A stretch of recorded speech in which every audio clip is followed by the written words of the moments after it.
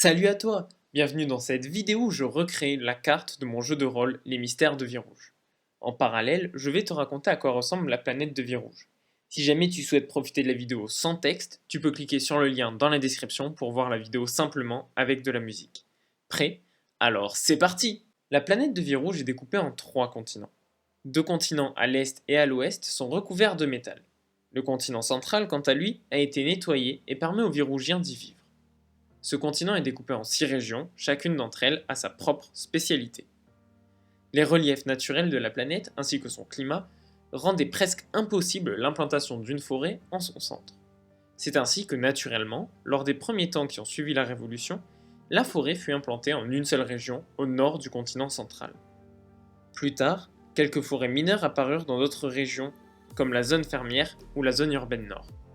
Sur le même principe, les champs furent tous regroupés dans une même zone. Entre autres parce que cette zone fut la première à être nettoyée du métal qui la recouvrait. Les populations, quant à elles, se sont regroupées en villes et les plus grandes concentrations de population se trouvent sur la côte est, au nord et au sud, dans les zones urbaines. Enfin, les nombreux déserts et montagnes, au centre du continent et dans le sud-ouest de celui-ci, ainsi que la forte abondance de métaux dans ces régions, en ont fait des lieux de choix pour installer les zones qui accueilleront les mines et les industries. Ces deux zones sont appelées montagnes centrales et zones industrielles. En ce qui concerne les terres de métal, ces zones regroupent la majorité de la vie extraterrestre originaire de Vie-Rouge. Ces terres sont encore recouvertes d'épaisses couches de métal et sont caractérisées par de grands déserts métalliques.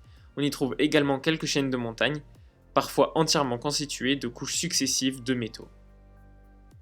Les deux éléments particuliers des terres de métal sont une faille à plusieurs kilomètres dans le sud de la zone ouest et une mer intérieure située en altitude dans le sud de la zone est. Voilà, cette vidéo est maintenant terminée. J'espère qu'elle t'a plu. Si c'est le cas, dis-le moi dans les commentaires et dis-moi également si tu voudrais voir ce format avec d'autres cartes. Tu peux aussi mettre un pouce en l'air à cette vidéo, et si tu es nouveau, bienvenue, et n'hésite pas à t'abonner si ce n'est pas déjà fait. Suis-moi sur mes réseaux sociaux Facebook et Instagram pour être tenu au courant de toutes mes dernières vidéos, et également pour voir les autres dessins que j'ai réalisés. A bientôt pour de nouvelles histoires, ciao!